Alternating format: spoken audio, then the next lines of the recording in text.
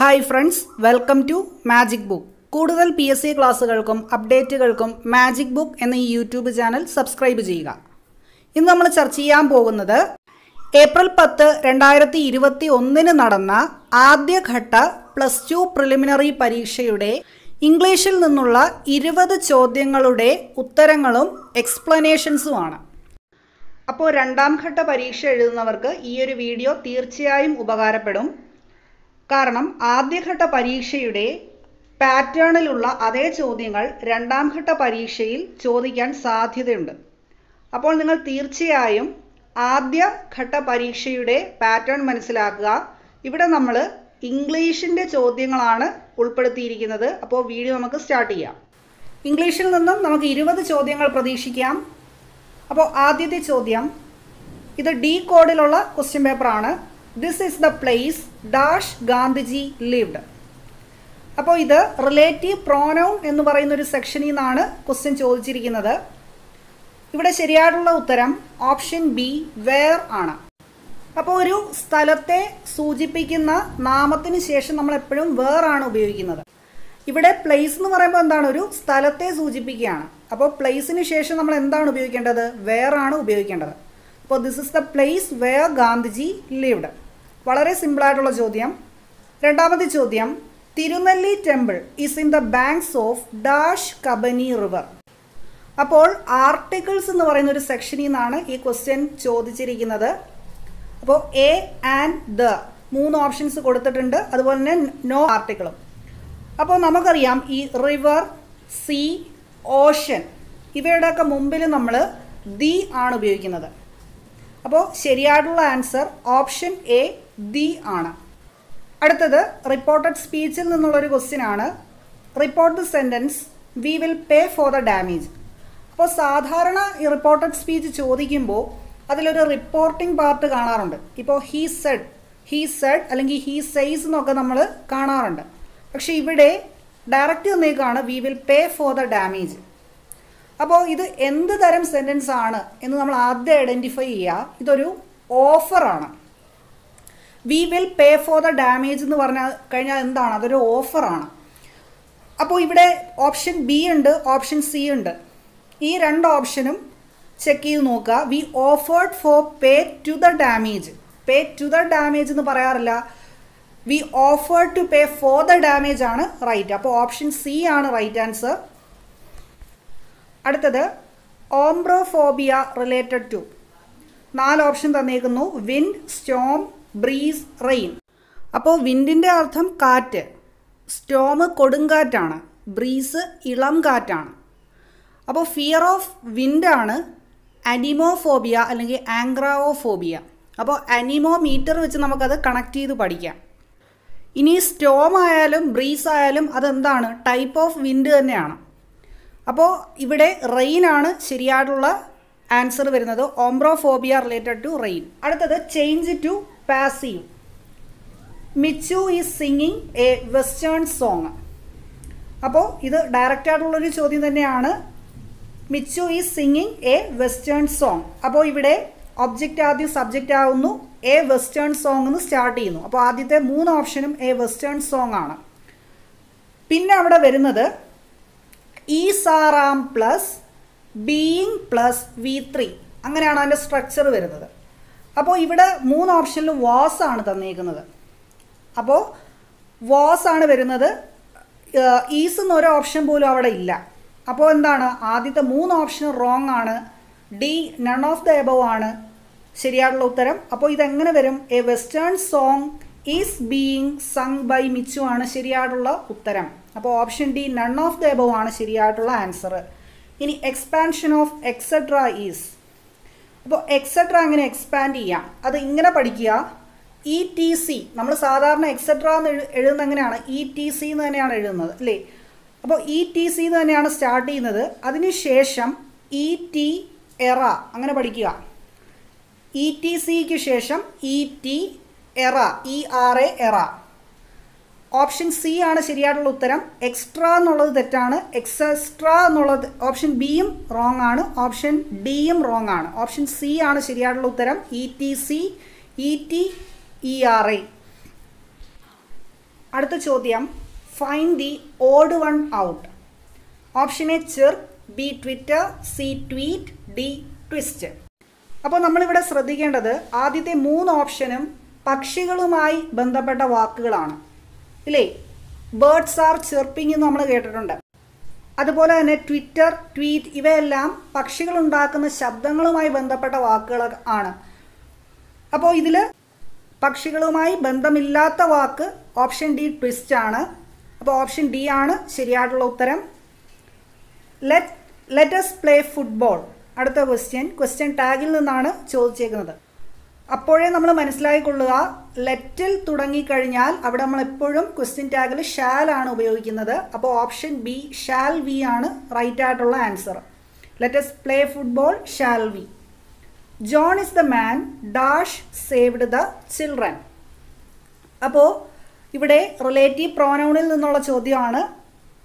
Dash saved the children. അപ്പോൾ അവിടെ ഒരു വേർബ് അല്ലെങ്കിൽ ഓക്സിലറി വേർബിന് മുമ്പാണ് നമ്മൾ എപ്പോഴും ഹൂ ഉപയോഗിക്കുന്നത്. അപ്പോൾ John is the man who saved the children ആണ് റൈറ്റ് ആയിട്ട് വരുന്നത്. ഓപ്ഷൻ സി ഹൂ ആണ് കറക്റ്റ് ആൻസർ. ഇനി ഹൂമിന് ശേഷം എന്തായിരിക്കും? ഒരു പ്രോനൗൺ ആയിരിക്കും എപ്പോഴും വരുന്നത്. ഹൂമിന് ശേഷം. ഹൂസിന് ശേഷം എന്തായിരിക്കും വരുന്നത്? ഒരു നൗൺ ആയിരിക്കും. അതൊക്കെ ചെറിയ റൂൾസ് ആണ്. റിലേറ്റീവ് പ്രോനൗൺ എന്നൊരു ടോപ്പിക്കാണ്. അടുത്തത് if I were you I dash jump off the rock. അപ്പോൾ ഇത് ഇഫ് ക്ലോസിൽ നിന്നുള്ളൊരു ക്വസ്റ്റ്യൻ ആണ്. അപ്പോൾ ഇഫ് ക്ലോസിലെ റൂൾ അനുസരിച്ച് ഇഫ് ഐ വർ യു എന്ന് പറയുമ്പോൾ അതെന്താണ്? അത് സിമ്പിൾ പാസ്റ്റ് ടെൻസിലാണ് കിടക്കുന്നത്. അതായത് റൂൾ അനുസരിച്ച് 2 പാർട്ടുകളാണ് ഇവിടെ ഉള്ളത്. ഇഫ് ഐ വർ യു എന്ന് പറയുന്നത് സബോർഡിനേറ്റ് ക്ലോസ് ആണ്.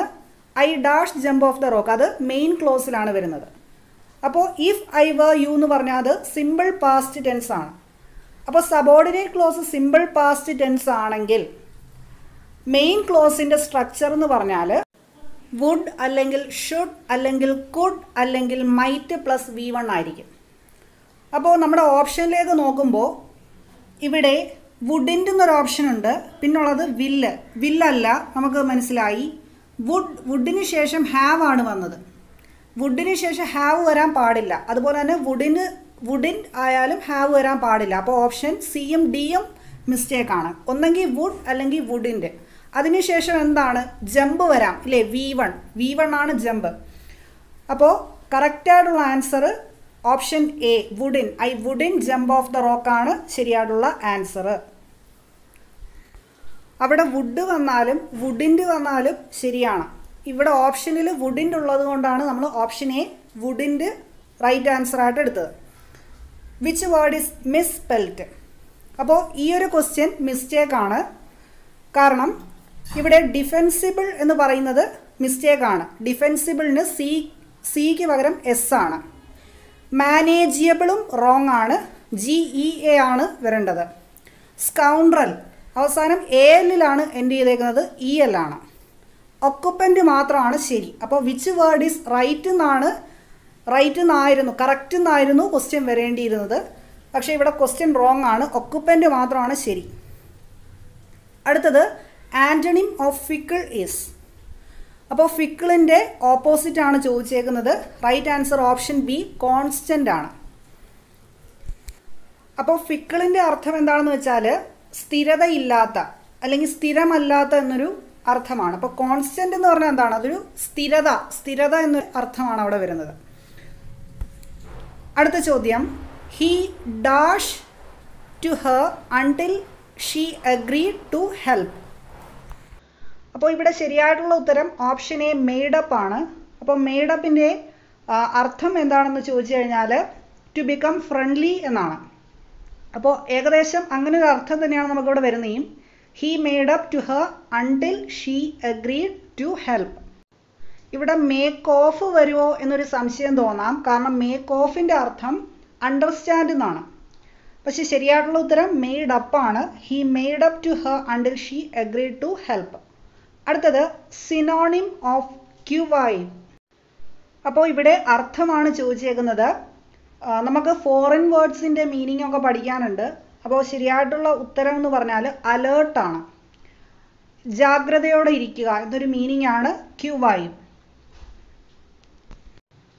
അടുത്ത ചോദ്യം, A date or time before which A particular task must be finished. വളരെ സിമ്പിളായിട്ടുള്ളൊരു ചോദ്യം.